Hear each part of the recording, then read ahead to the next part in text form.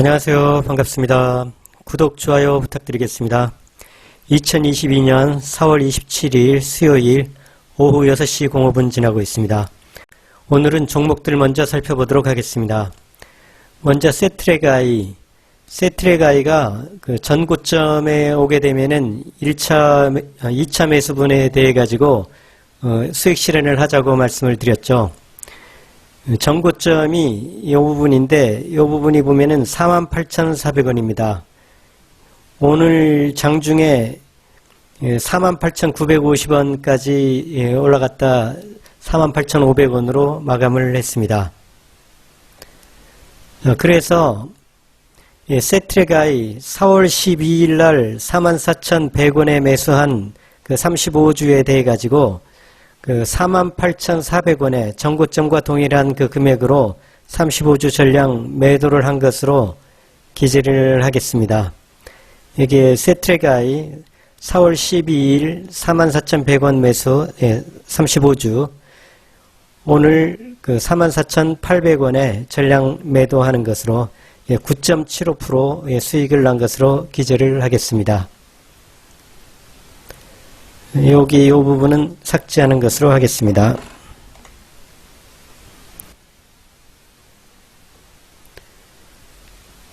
다음은 카카오게임즈 어제 말씀드리기에 59,000원에서 6만원 사이에 오게 되면은 2차 매수를 한다고 했죠. 오늘 종가가 59,400원에 그 마무리됐습니다. 그래서 일지상에 59,800원으로 20주 매수한 것으로 기재를 하겠습니다. 카카오게임즈 지금 현 시점의 가격에서 그 퍼가 어떻게 되는지 알아보도록 하겠습니다. 카카오게임즈 오늘 주가가 59,400원이고요. 발행 주식수가 여기에 보면은 발행 주식수가 나오죠. 7,860만 주입니다. 7,860만 주. 여기 7,860만 주 적었고요. 시가총액은 주가 곱하기 발행 주식수죠. 여기에 보면은 C3 곱하기 C4 요거 곱하기 요거 하면은 시가총액이 됩니다. 당기순이익은 지난 12월 31일 결산서 기준으로 작성을 하였습니다. 여기 보면 당기순이익이 12월 말 기준으로 5,202억이죠. 5,202억을 기재를 하였습니다. 이러한 식으로 자산총계도 아까 그 표에 나온 그 금액을 적었고 부채총계도 적었습니다. 그러면은 퍼 계산 방법은 주가 나누기 주당 순이익입니다. 그 얘기는 뭐냐면은 시가총액 나누기 당기순이익 전체 금액과 같은 얘기입니다. 그렇게 계산을 하니 시가총액 여기 C5입니다. C5 이 부분 나누기 C6 당기순이익 이 부분입니다. 여기에 그렇게 계산하니까 8.98이 나옵니다. 8.98요. 동일한 방법으로 PBR 그러니까 주가 순자산 비율 이 얘기는 지금 회사를 청산했을 때 각 주주들에게 나눠줬을 때 얼마를 나눠줄 수 있느냐 이제 그거를 말하는 것이죠. 그게 1일 경우에 전체 주주금액의 이 주가만큼 해당되는 만큼의 돈을 줄 수가 있다는 얘기고요. 1 이하일 때는 주가보다 더 줄 수 있다는 것이죠. 1.93 그러니까 뭐 2로 보면은 2라는 얘기는 59,000 그러니까 6만 원의 주식을 산 사람에게 3만 원은 돌려줄 수가 있다. 이러한 얘기가 되겠습니다. 주당 순자산가치분의 주가 그러니까 주가 나누기 주당 순자산가치죠. 그러니까 주당 순자산가치라는 것은 총자산 마이너스 총부채 그 다음에 나누기 발행주식수 이게 주당 순자산 가치입니다. 자 그러면 1.93이 나왔는데 1.93 계산식 보면은 C3 주가입니다. C3 59,400원 나누기 그 다음에 C7 여기 자산총계 빼기 C8 부채총계 그 다음에 나누기 C4 발행주식수 그렇게 해가지고 이 부분을 이제 주가로 나눈 것이죠. 그렇게 되면 1.93이 나옵니다. 그러면 일반적으로 퍼가 10 이하 정도면은 양호하다 그렇게 얘기를 하거든요. 일반 제조업 기준입니다. 근데 이런 게임이라든가 이런 무형자산 이런 관련주들은 보통 퍼들이 높거든요. 근데 8.98, 10 이하로 내려왔다는 얘기는 이제 고평가된 부분도 많이 반영이 돼가지고 이제는 좀 저평가 대열로 내려왔다 이렇게 볼 수가 있습니다. 그다음 PBR 역시 보통 3, 4 이렇게 이런 계열들이 그렇게 가는데 1.93까지 내려왔다는 것은 PBR 자체도 이제 양호하게 내려왔다 이렇게 볼 수가 있습니다. 그러니까 카카오 게임즈가 지금 많이 하락을 했는데 크게 염려하지 마시고요. 제가 볼 때 지금 내려올 만큼 내려왔거든요. 내려올 만큼 내려왔으니까 여기서 요 부분대까지 요 정도까지 내려올 수도 있겠죠. 55,000원대 요까지 내려올 수도 있겠지만서도 55,000원 더 내려가면 52,000원까지 내려갈 수도 있겠지만 이거는 좀 세월을 기다리면은 저희들이 평균 단가 75,000원대 아니면은 1차 매수한 77,000원대까지 충분히 세월을 기다리면은 올라올 수 있다. 걱정을 하실 필요가 없겠다. 이렇게 말씀을 드리겠습니다. 예, 나머지 부분들 한번 간단히 살펴보죠. 아모레퍼시픽 기관과 외국인이 들어와 주기 시작하네요. 이제 모습이 좋습니다. 수렴하고 있는 모습이요. 일진 머티리얼도 기관 외국인이 들어와 주고 있어서 괜찮죠, 모습이요. LX 하우시스도 오늘 기관이 좀 들어와 주는 모습이요. 괜찮고요. 세트랙가이는 사실 일반적인 상황에서는 거래량을 동반하면서 장대 양봉을 내주고 있죠. 이런 경우는 계속 보유를 해가는 게 원칙입니다. 오히려 추가 매수를 하는 신호죠. 이러한 경우는요. 추가 매수를 하는 신호인데 지금 장이 워낙 안 좋다 보니까 장이 좀 상승하는 듯하다 하락하고 상승하는 듯 하락하고 이런 일반적인 주식 시황과 좀 다른 시황이다 보니까 우선적으로 반은 이익 실현을 하자 그러한 전략을 좀 바꿨습니다. 여기서 계속 상승을 하더라도 저희들이 다시 1차 매수한 부분이 있기 때문에 아쉬울 게 없죠. 그 부분으로 수익을 내면 되니까요. 하락을 다시 해준다. 하락을 해서 다시 이 부분 지금 21, 2평선이 있는 부분 44,000원대 요 정도 내려와 주면은 다시 또 오늘 이익 실현한 부분으로 다시 추가 매수를 들어갈 수도 있고요. 아무튼 장이 안 좋을 때는 좀 짧게 끊어서 이익 실현을 하는 그러한 전략을 같이 병행하는 게 좋겠다 이러한 생각을 했습니다. 현대제철도 어제 그저께 좀 하락을 했지만 오늘 외국인이 들어와 주면서 그다음 21, 2평선이 아직도 살아있는 모습 괜찮습니다. 삼성 SDS도 장 시작할 때 하락한 부분을 다 메꿔주는 그러면서 양봉을 만들어줬죠. 괜찮고요. LG가 좀 개파락을 했네요. 개파락을 했지만 지난번 말씀드렸듯이 LG 계열사들이 다 괜찮은 회사들이다 보니까요. 기다리면 올라온다 이렇게 쌍바닥을 만들고 있는 그러한 모습이네요. 특별히 걱정하실 필요 없겠다 그렇게 말씀드리겠습니다.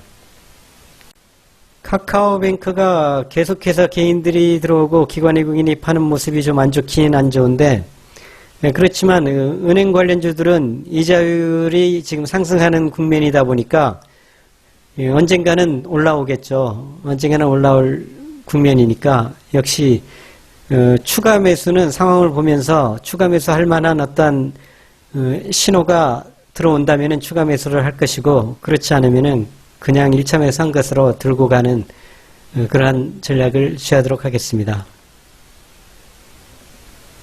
액토주 소프트도 괜찮습니다. 괜찮고요.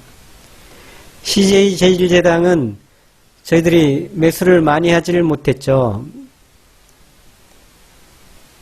많이 하지 못한 게 조금 아쉽기는 아쉽지만요. CJ제당은 두 주 786,000원 요거밖에 못해서 좀 아쉽기는 아쉽지만 지금 음식료 관련된 주들이 계속 강세죠.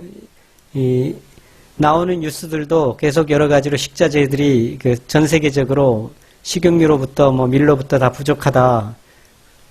그러한 뉴스가 계속 나오고 있기 때문에 하락하게 되면은 오히려 매수를 들어가는 그러한 전략을 쓰겠고 매수한 두 주는 계속 들고 가는 것으로 하겠습니다. 한화 시스템은 장기적으로 가져가는 종목이라고 했으니까요.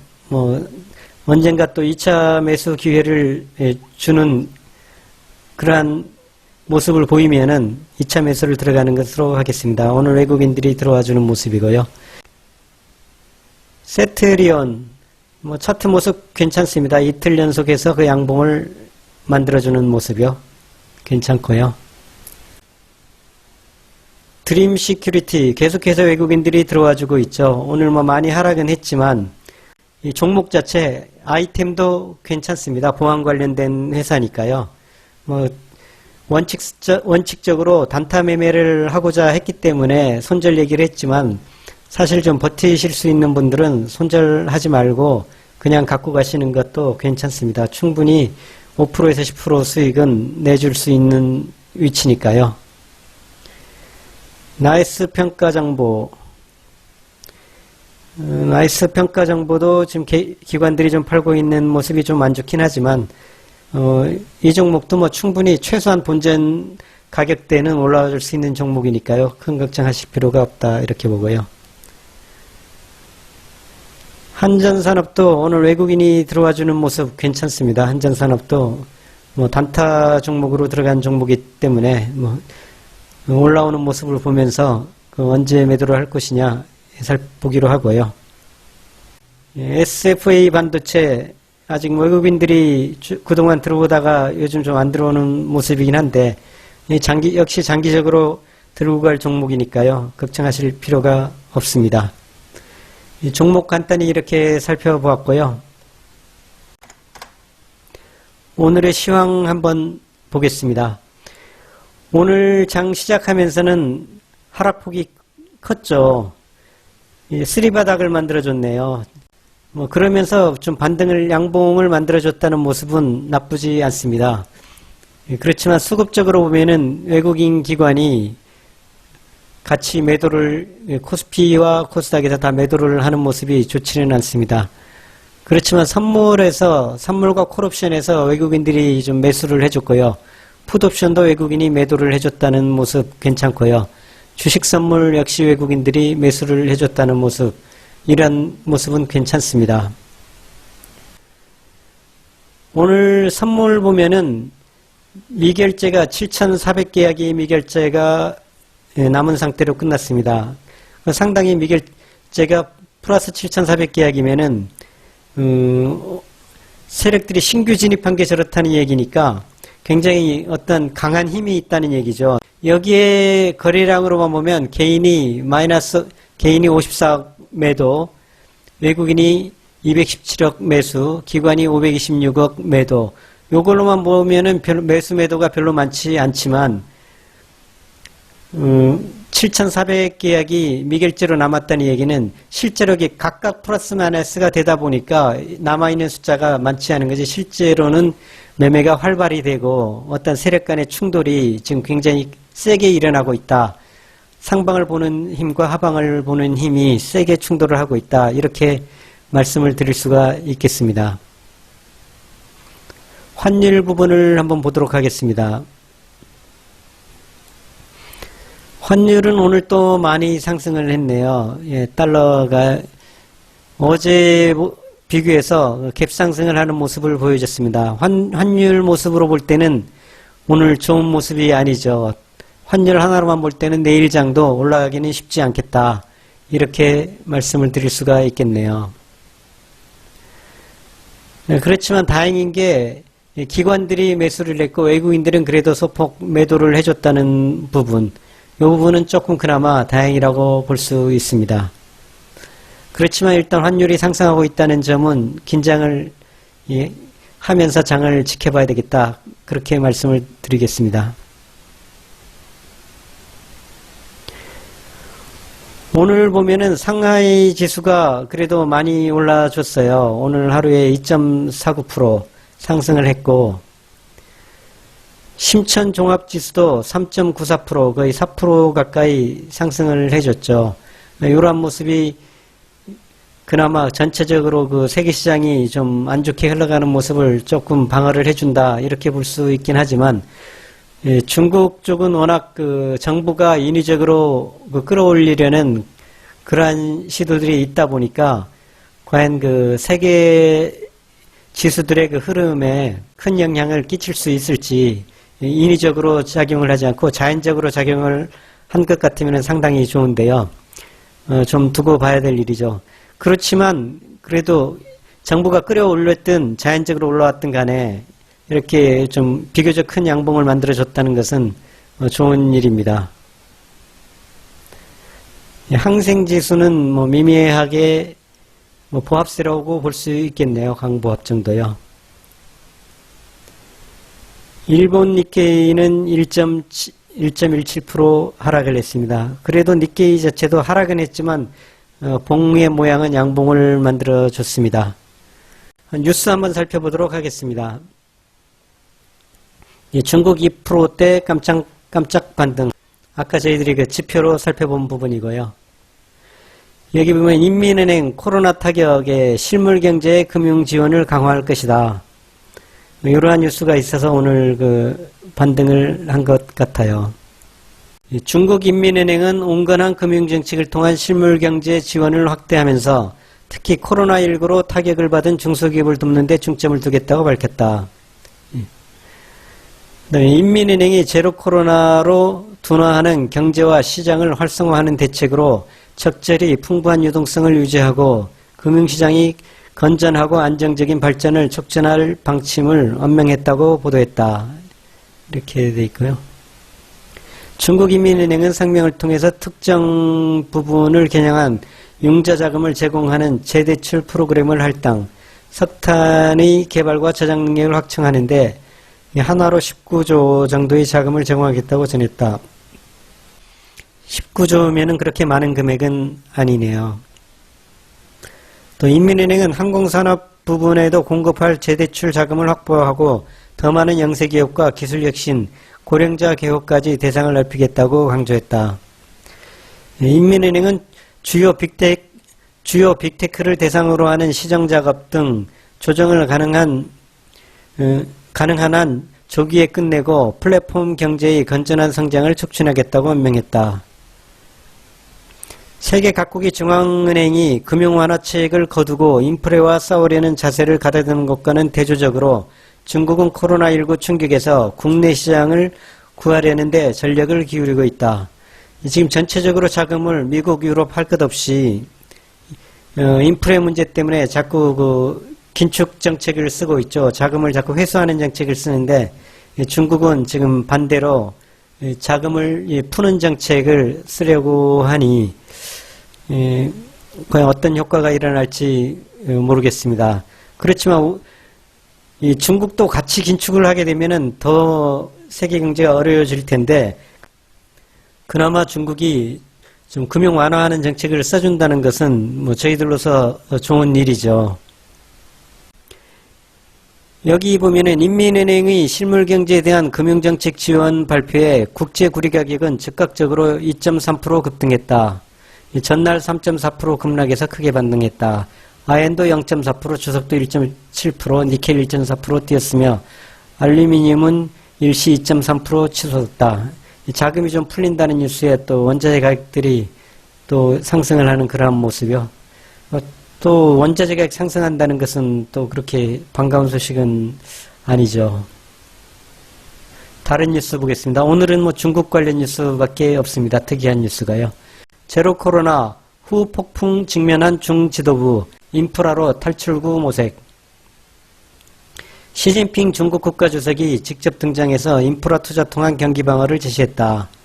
제로 코로나 정책 고수하면서 연간 경제 성장률 목표치 5.5% 안팎 달성은 미지수다. 이런 뉴스고요.